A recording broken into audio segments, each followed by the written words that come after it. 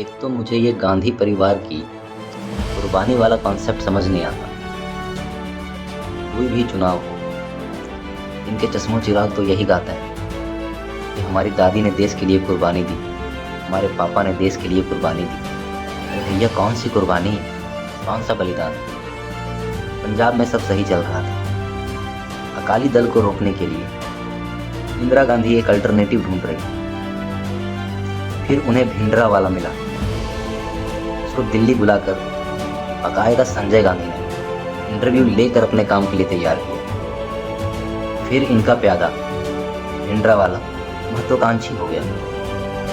ऊपर से पाकिस्तान ने भी उसके सर पर अपना हाथ रख दिया, उसे खालिस्तान का सपना दिखाया और फिर वह कांग्रेस के हाथों से निकल गया। फिर उसे मरवाने के लिए स्वर्ण मंदिर पर चढ़ाई कर दी। सैकड़ों सिख मारे गए। बाद में इस घटना का बदला लेने के लिए 2 सिख अंगरक्षकों ने इंदिरा गांधी को मार दिया। यह कोई कुर्बानी या बलिदान नहीं था, खुद के कुकर्मों का फल था। जिन कुकर्मों के कारण 70-80 के दशक में हजारों हिंदू मारे गए पंजाब में, और फिर 84 के दंगों के बाद हजारों सिख मारे गए। पंजाब आतंकवाद की आग में 2 दशक तक झुलसा रहा, जिसमें हजारों लोग मारे गए। अपने कुकर्मों के कारण हत्या हो जाना देश के लिए कुर्बानी नहीं होती। रही बात राजीव गांधी की, तो वह अपने और अपनी मां द्वारा किए गए मिस एडवेंचर के शिकार हुए।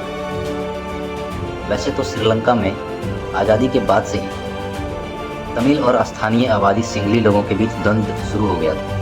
70 के दशक में यह और भी उग्र हो गया और फिर प्रभाकरण ने LTTE बनाया। कोल्ड वॉर का जमाना था। भारत जहां सोवियत के खेमे में था, श्रीलंका अमेरिका के करीब था। ऐसे में इंदिरा गांधी को लगा कि वह तमिल और सिंघली लोगों के इस मुद्दे को सुलझाकर इस क्षेत्र में बढ़त हासिल कर सकती है। इसीलिए उन्होंने श्रीलंका सरकार और LTTE के बीच मध्यस्थता की और भूटान की राजधानी में दोनों पक्षों के बीच बातचीत शुरू करवाई। अब यहाँ इंदिरा गांधी खेल कर गई।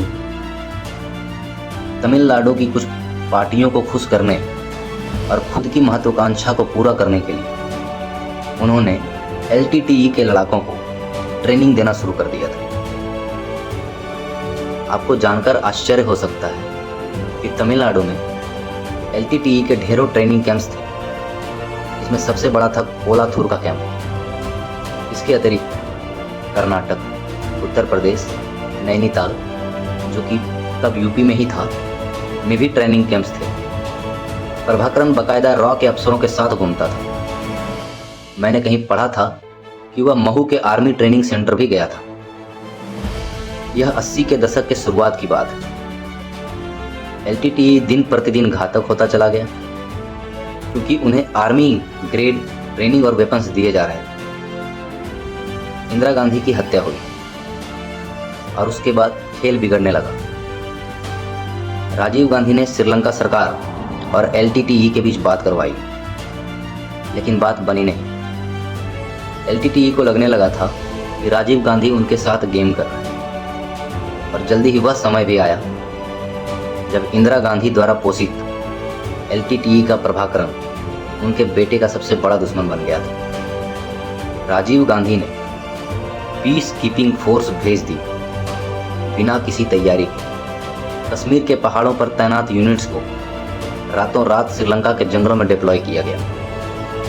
हमारे 1165 सैनिक मारे गए थे इस पूरी प्रक्रिया में, और इसके बाद तो LTTE और भारतीय सरकार के रिश्ते बेहद खराब हो गए थे, जिसकी परिणति राजीव गांधी की हत्या में हुई। बताइए, क्या यह देश के लिए कुर्बानी था या अपने कुकर्मों का फल?